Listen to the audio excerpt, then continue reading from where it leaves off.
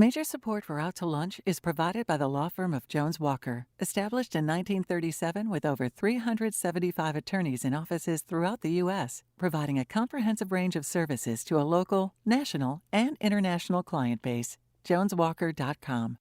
And by the East Baton Rouge Parish School System, inspiring humanity through transformational learning in the classroom and community. Initiatives like Pathways to Bright Futures allow students to graduate high school with an associate degree or an industry-based credential, along with their high school diploma. More information at ebrschools.org. And by Shorten Associates, legal recruiters in Louisiana and Texas. From Mansers on the Boulevard, we're out to lunch with Stephanie Regal. It's business, Baton Rouge style. Hi, I'm Stephanie Regal. Welcome to Out to Lunch. We know South Louisiana is famous for its good food and festivals, vibrant petrochem sector, and thriving hospitality industry. Many of us may not realize that Louisiana leads the way in certain healthcare specialties, and not just the diabetes and obesity research that goes on at the Pennington Biomedical Research Center, which we've featured on this show before, but some really innovative care for, in some cases, very rare diseases. With me today to discuss this is Kevin Tracy, Director of the National Hansen's Disease Program, which is based right here in Baton Rouge and is the epicenter of Hansen's disease research and information in the United States. Hansen's disease is better known as leprosy, and though it's not the biblical plague it once was, it still exists around the world today. Fortunately, a lot more is known about it than back in biblical times or even in the late 1800s when South Louisiana was home to one of the country's foremost leprosy hospitals in Carville. Today, that center remains open only as a museum, but the Hansen's Disease Center is alive and well here in Baton Rouge. Kevin has been CEO of the center since September of 2019. Prior to that, he worked for the federal government's Center for Medicare and Medicaid Services for nearly a decade. He has a degree in nursing and a graduate degree in accounting with a focus on healthcare administration. Kevin, it's a pleasure to meet you and have you here with us today on Out to Lunch. Thank you, Stephanie. It's a pleasure to be here. Joining me and Kevin is Dr. Jonas Fontenot, Chief Operating Officer of the Mary Bird Perkins Cancer Center, a comprehensive cancer center in Baton Rouge that celebrated its 50th anniversary in 2021 and recently announced some new partnerships that are reshaping the local cancer care market. Mary Bird Perkins started out as a radiation treatment center, the first in Baton Rouge, and has since expanded to provide a range of service to thousands of patients across the region. Jonas is an expert in medical physics, holding a master's and a PhD in medical science. In addition to helping lead Mary Bird Perkins, he continues to teach and do research and has been the recipient of more than $4 million in research grants to support his work around cutting-edge radiation treatments. And as impressive as his resume is, probably his greatest claim to fame in Baton Rouge is that he helped care for Mike the Tiger number 6 when the big cat mascot was diagnosed with a rare cancer several years ago. Jonas, it's a pleasure to have you here with us on Out to Lunch. Thank you, Stephanie. Pleasure to be here. Well, Kevin, let me go back for a minute to you, but how did the center end up here in Baton Rouge? And is it because of Carville? I mean, how did Carville even end up, being the center it was? Right. So Carville was the history of the program, obviously. The original patients that arrived there in 1894, and then the federal government took it over in 1921. So it had downsized after the cure was found. It started downsizing throughout the years, and many times have been on the verge of being shuttered. Wow. And so in the late 1990s, an individual in Congress by the name of Baker created this Baker bill, basically shutting down Carville, which was Public Health Service Hospital number 66, and moved the program to Baton Rouge. Okay. That was in 99. Which was his district, Richard Baker. But leprosy still exists today, but only very rarely, and it's treatable. Yes. So in the 1940s, the original cure was found, simple antibiotics that work, and very treatable today. Only about 95% of the population, 95% of the population is immune to it, and only about 5% susceptible. It's a much bigger problem in some of your hotbeds throughout the world. The United States is not one of those hotbeds. We only have about 175 cases per year. Interesting. But I bet you all do so much cool research there, and I want to follow up with you about that. But a disease that a lot more people are familiar with and unfortunately suffer from is cancer. We have so much of it here in Louisiana. And Jonas, tell us a little bit about the scope of services at Mary Bird Perkins.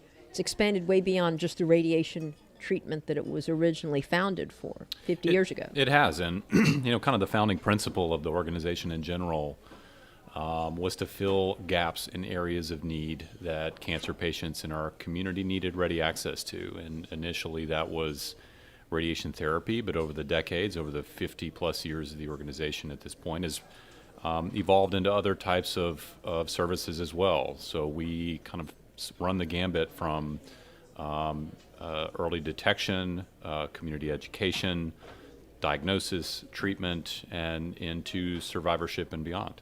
Wow. And then you partner with other providers, whether that's hospitals, whether that's doctors, and they do chemotherapy there, all sorts of different types of therapies, and it helps provide for a whole comprehensive level of service and That's care. right. I mean, the when a patient's diagnosed with cancer, they're going to need access to a constellation of services. And the availability of those services may be different depending on the community that you're in. So our role over the years has really tried to be complementary to the other strengths that a community already possesses in the way of cancer care. So along the way, we fill the gaps. And as a consequence of that, the shape that we take in terms of the specific programs and services that we offer is going to look a little bit different from one community to the next, just based on other strengths that are there and the partnerships that we can forge to help bring together kind of a comprehensive framework with partners to offer to patients. How many patients do y'all have? Like, I guess, currently active? I don't know, whatever metric you use. Sure. So on an annual basis, we take care of about 3,500 newly diagnosed cancer patients a year. And that's through the geographic region across our 7 locations in southeastern Louisiana and southwestern Mississippi. Okay.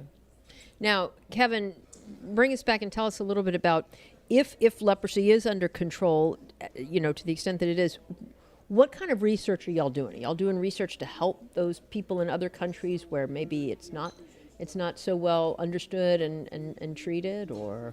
Right. So we are the only known source in the world that raises the bacteria. So you're actually growing the leprosy bacteria? We're growing the leprosy bacteria. Right there off of Essen, sort of. Well, it's actually, our research branch is located on the LSU campus, actually. Oh, wow. Yeah, okay. In the School of Veterinary Medicine. And so, we found out a direct link that armadillos that are quite populous in the South are carriers of the same genetic link to leprosy. So we believe that there is a human vector there, to pass the disease. And so that's what we do. Over there, as far as research is concerned, we have tried to come up with different types of treatments, maybe vaccines that can be used in conjunction with the multi-drug therapy that we use. And that's pretty much our research ring. That is so fascinating. And I've heard about the connection with the armadillos. And you're saying that it was researchers through the Hansen Center at LSU that discovered that connection. That's correct. Yeah, in 2011. That recently? Yes. Yep. Wow. We found out that that the same type that's in humans also is carried in armadillos. Does that mean that it's dangerous to touch armadillos? Not that you would want to, but if you did, say. Yeah, I would say no, because for the same reason that, it's so hard to contract the disease, then, but of course I wouldn't go and play with them and do those types of things. But, if they're in their yard, which everybody in Louisiana seems to have them, no, they're not really a threat. So interesting. How many scientists do y'all have working at your center or through your center? Right. So we have 3 primary researchers, and we have the geneticists, and then the biological lab techs that support them, as well as their administrators over there. Yep. Okay. Jonas, tell us a little bit about what's going on, why we keep seeing Mary Bird Perkins Cancer Center in the news so much, lately, the latter half of 2021 and early into 2022. Y'all have come up with some new partnerships and are exploring new new ways of providing care in the market. What does it mean for the patients in Baton Rouge and South Louisiana and beyond? Yeah, there's been a lot of changes in the second part of last year and now heading into 2022. And I think if I were to try to draw kind of a constant theme through all the changes that are occurring, they're focused around improving access. We think we have great doctors. We think we have fantastic technology. We think we provide access to cancer patients to resources that are unique within the communities that we serve. And our partnerships are focused on leveraging our technologies, our capabilities with what other partners can bring to the table and providing as many pathways to access our doctors and our programs as we can possibly provide to patients and their caregivers. Mm-hmm. So, I mean, the news in 2021 was that Mary Bird was ending its affiliation with the Lake, Our Lady of the Lake, and was affiliating with an independent group of oncologists and now has a relationship with Baton Rouge General. As a patient, what does that mean, really? I mean, would you feel a difference if you're a patient? Does it mean you can't go to the lake anymore, for instance, or is your treatment going to change? Absolutely not. I mean, I think if I were interpreting this from the outside looking in, and it can be complicated to interpret, what I would take away from it is that there are more and more resources being poured into cancer care. That's good for everybody. Our mission is to improve survivorship and lessen the burden for cancer patients. That's not Mary Bird patients. That's cancer patients in every community that we serve and represent. So I think the net sum of what patients will feel as a consequence of all of these various changes is more options to choose from, more resources to take advantage of. And my hope, as we have in the past demonstrated within the organization of our ability to be the first to deliver things to the marketplace related to cancer care, is that we'll continue to lead that effort in the communities that we're in and bring all the collective resources that exist around cancer care to bear for the benefit of patients, whether that's with Mary Bird or other cancer care providers who we may not be technically affiliated with, but are still actively collaborating with when it comes to patients that we share. It's certainly big business, and there's so much money in it, but there's so many patients. How are we doing in the battle against cancer? I mean, are things better? Are survivorship rates improving? I mean, I'm sure we know a lot more than we used to, but it seems like everybody knows getting diagnosed with cancer, It's an interesting situation to be in because we've come a very long way since the war on cancer was declared by President Nixon in 1971. Rates of survivorship have improved incredibly as technology has evolved, as our understanding of cancer as a disease process has evolved, but still now it almost feels like we're just scratching the surface as to what the real capabilities are when we get into areas like the role of genetics in cancer care, how we can manipulate and take advantage of those genetic factors in ways that allow us to combat cancer better than we can today.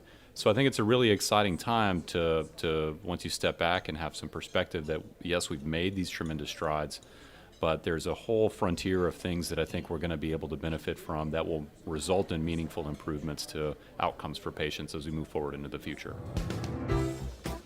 You're listening to Out to Lunch. I'm Stephanie Riegel. I'm talking to Dr. Jonas Fontenot of the Mary Bird Perkins Cancer Center and Kevin Tracy of the National Hansen's Disease Program. Kevin, I wanted to ask you about Carville because I remember visiting there, and that's what a lot of people think of, the leper colony down on River Road in Carville. It actually was a place in the 1800s, as you mentioned, where patients stayed and lived, and it was closed in 1999. When we moved the program to Baton Rouge in 1999, it was handed over at that point to the Louisiana Military Department. Were there still patients there at that time? There were still some more independent patients were still allowed to stay there because that was home to them. Even after the cure was found and the ban that you couldn't go out into society was lifted, those patients, many of them, that's all they ever knew. So they continued to stay there. In 1999, when the program was moved to Baton Rouge, The permanent patients were given a choice, if you will, and that is that they could either go back out into society and the federal government would pay them a stipend to help them survive each year, or they could stay on with our center. So the ones that were independent were allowed to stay in Carville for a few more years, and the ones that were not independent, that needed bedside care, we came to Ochsner campus first on O'Neill. It wasn't called Ochsner back then. I think it was Summit. And so we had an inpatient ward there for them. When I came on 5 years ago, there were still 9 of those permanent patients left, an inpatient, and now we have 1. As far as stipend patients are concerned, I don't know what the original number was in 1999, but we have about 7 of them left. But the facility at Carville is now a museum, and it tells the story of this disease. And I guess the real point, that the reason this disease is so known in the imagination is because people were banned from being out in society, which is just so incredible when you think about it. Yeah, and unfortunately, it's kind of a sad history. It's a fascinating history, and I encourage everybody to go down to the museum when it opens back up to the public. But we're having to take the cues because of COVID. We're not sure when that's going to occur. But it is kind of a sad history because when people were subjected to go to Carville for the rest of their life, many times their names were changed because if they found out that they were going there, their families were subjected to having the huge stigma, and their homes were destroyed or burned, and other things. And that was even going on in the 20th century. Yes. Wow, yes. That's incredible. Yep. Jonas, tell us a little bit about your research, because you are, in addition to everything else you do, you're also a real expert in a certain field of radiation technology. And what is your specialty with respect to cancer care? Yeah, so my my specific background and training and expertise is in medical radiation physics. So I'm a technology geek by every term of the definition. That's what my research is most heavily focused in, is on the technology component that facilitates better ways for us to take advantage of the technologies that we have now for the benefit of patients, as well as the implementation and development of new technologies. We're really excited about an announcement that we made late last year related to a new technology called adaptive radiation therapy. It's made possible by support from the community, our foundation, our board of directors. Mr. Otfav and his family made an incredible gift to make this technology possible. But this technology, like, if you can boil it down, what does it do for, in terms of radiation treatment? It lets us adapt each day to the disease and the anatomy of the patient as they're on the table. So historically, what we have been constrained by is the limited set of imaging and images that allow us to see the disease and see where normal tissues are and place radiation where it's supposed to go and avoid areas that we need to spare during treatment. What adaptive therapy allows us to do is take a much closer look each and every day when the patient shows up as they're lying on the table, which is not something that we've had the capability to be able to do in the past. So talking about new frontiers, this is a whole new frontier of treatment capabilities that we're going to be implementing into our clinic and making available to our community. And we think it's really going to be able to move the needle on some of the more difficult to treat cancers that we have experienced, fewer comparative improvements in outcomes for. Certain types of lung cancer, certain types of GI cancers, which are much more difficult to treat, we think are going to be prime opportunities for adaptive therapy to help us move the needle on. That's great. So you're just much more precise about where you're zapping. Exactly. Kind of thing. That's right. That's great. Do y'all think Louisiana gets the recognition it deserves for healthcare research? Maybe it does. I don't know. It's a difficult, at least in cancer care, right? You're always going to be measured against the premier academic cancer centers of the world. I mean, there's one, MD 4.5 Anderson, hours right? to the west of here in Houston Houston. at MD Anderson. There's Memorial Sloan Kettering, among others. But I think what what gets missed is that the vast majority, greater than 80% of cancer care that's delivered in the United States is not delivered in premier academic centers. They're delivered in the community setting.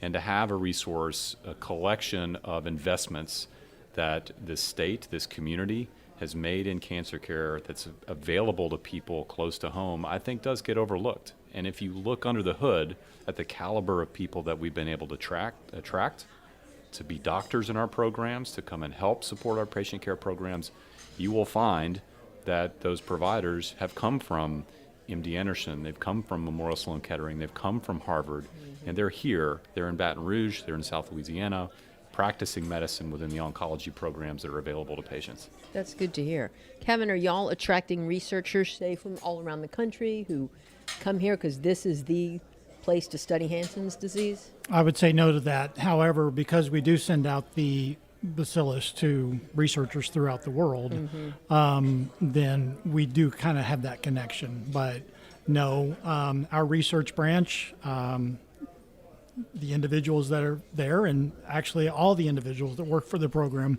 have a huge long history in this program. We actually have one individual that's been with us for 50 years. That's great. We don't have a lot of turnover. It's one of the only government jobs in Baton Rouge, outside of the VA and maybe some others. So I think once people get on, then they stay there, and it's kind of a really close-knit community. So.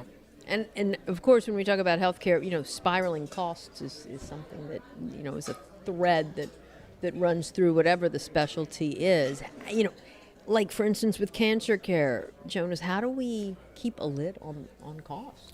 That's a great question. So, whenever you're at the frontier of anything, it usually means that you're on the leading edge of the capabilities of technology and our scientific understanding of whatever that thing is. And that inevitably costs money. And so, you have seen among the changes that we've made as an organization at Mary Bird over the last several months, this partnership that we announced with OneOncology. One of the key reasons to create that affiliation with OneOncology is to allow us to negotiate drug prices with hundreds of other providers who are on the same platform directly with pharma. There's strength in buying power, and so our ability to negotiate better drug prices is going to make care more affordable, and has been a focus of one of the strengths and advantages we see coming out of this partnership. But to address the question of spiraling healthcare costs in a more agnostic sense, it's a really difficult conversation to have because it involves public policy. Right. It involves investments by the federal government, and it involves local investments. So I think every community, every center has to strike its own balance in figuring out where the right threshold is for them. We've been fortunate to have support from our board of directors and the communities that we're in, that we get a lot of help with our investments in technologies and programs that we make available. But if you're asking me, I foresee an end in the near future of escalating healthcare costs. I think that's going to be a challenge as we move forward. And Kevin, I would imagine the drugs to treat leprosy are very, very expensive for those few people who do contract it for whatever reason. Actually, that's not entirely true, because the multi-drug therapy that we primarily use, these are old antibiotics that have been around for many years. There is one drug, however, that we use called clofazimine. Novartis is the drug company that produces it. We still have the investigational new drug license for it. It is slated to go on the retail market here this year. But we've been using it for years as one of our treatments, and we get that free from Novartis, and they also ship it all over the world through the WHO affiliations that they have to help treat leprosy. Now, sometimes when you start treating the drug or start treating the patient, they have what's called a reaction, and those reactions have to be treated with thalidomide, of all things. Oh. So if you remember thalidomide Sure. back in the 60s and all the birth defects that it caused and things of that nature, it's actually very effective against reactions in leprosy. That drug is extremely expensive, yes. So, but we don't typically provide those types of expensive drugs throughout the nation. What we provide is the multi-drug therapy. But y'all are helping patients all over the United States. That's correct. And beyond. And their territories. Jonas, I mean, when we talk about this new deal with Mary Bird Perkins and Baton Rouge General and One Oncology, I mean, that means basically that no oncologists affiliated with the lake are providing services at Mary Bird, even though Mary Bird's building is on the lake's campus. That is true, and so that is a relationship that has changed within the last 6 months. But it's a bit of a misnomer, because it still is the case that oncologists and specialists associated with the lake are caring for patients who are also patients at Mary Bird Perkins Cancer Center. So I guess one point of nuance to draw is that while some of the business relationships have changed, I think there is still a large degree of collaboration and cooperation going on at the level of patient care. Yeah. I mean, ultimately, doctors want to provide the best quality care of their patients, and they're going to send their patients to the best doctors and to the best places where they have the best technology so that they can get the best outcome for their patient. And that, I think, is pretty invariant of the business relationships, at least within much of the ecosystem of healthcare that we live in today. I think the thing that makes it so it's so complex, and most people really have no idea. Most people talking about patients, who's really paying the bill, or their insurance company's paying the bill, but they don't even know who it's going to. That's right. A third-party group or some other group, or they don't know if it's the hospital, the doctor, which is maybe part of the problem. If people really knew who they were paying and how much it was. It's very complicated, and Congress has taken steps to bring transparency into pricing over the last several years, but even that effort, I think, has become a lot more complicated than I think we would all agree that it ideally should be. Yeah. Fantastic. Well, Kevin Tracy and Jonas Fontenot, you both do so much in the field of healthcare and public health to help those who are suffering from diseases, and also to help educate our communities about diseases. So thank you so much for all that you do, and for taking time out of your busy schedules to join me today on Out to Lunch. Thank you. My pleasure. Thank you very much. My guests today on Out to Lunch have been Kevin Tracy of the National Hansen's Disease Program and Dr. Jonas Fontenot of the Mary Bird Perkins Cancer Center. You can find out more about the National Hansen's Disease Program and the Mary Bird Perkins Cancer Center by listening to the Out to Lunch Baton Rouge podcast. You can find and subscribe to the Out to Lunch Baton Rouge podcast anywhere you get podcasts, and on our website, it's batonrouge.la. If you want to know what we all look like, you can find photos from this show on itsbatonrouge.la and on our Out to Lunch Baton Rouge social media. Photos are taken by Eric Otts. You can find more of Eric's photos on Instagram at @acro, that's ACREAUX. Out to Lunch is a production of INO Broadcasting for itsbatonrouge.la and WRKF 89.3 FM. The producer of our show is Grant Morris. Our technical producer is Eric Merle. Today's show was engineered by J.T. O'Neill. Our associate producer is Peter Raschuti, and our Baton Rouge business consultants are Charlie D'Agostino and Ann Edelman. I'm Stephanie Riegel. Thanks for joining me. I look forward to meeting you around the table at Mansour's again next week for more business Baton Rouge style on Out to Lunch. Out to Lunch Baton Rouge is recorded live over lunch at Mansour's on the Boulevard in Baton Rouge. Mansour's is open for lunch daily 11 to 2, for dinner nightly, and for brunch on Saturdays and Sundays. Major support for Out to Lunch is provided by the law firm of Jones Walker, established in 1937 with over 375 attorneys in offices throughout the U.S., providing a comprehensive range of services to a local, national, and international client base. JonesWalker.com. And by the East Baton Rouge Parish School System, inspiring humanity through transformational learning in the classroom and community. Initiatives like Pathways to Bright Futures allow students to graduate high school with an associate degree or an industry-based credential, along with their high school diploma. More information at ebrschools.org. And by Shorten Associates, legal recruiters in Louisiana and Texas. Mitchell Foreman wrote and performs all the music on Out to Lunch. You can hear Mitchell's music anywhere great jazz is sold or streamed, and at mitchellforeman.com.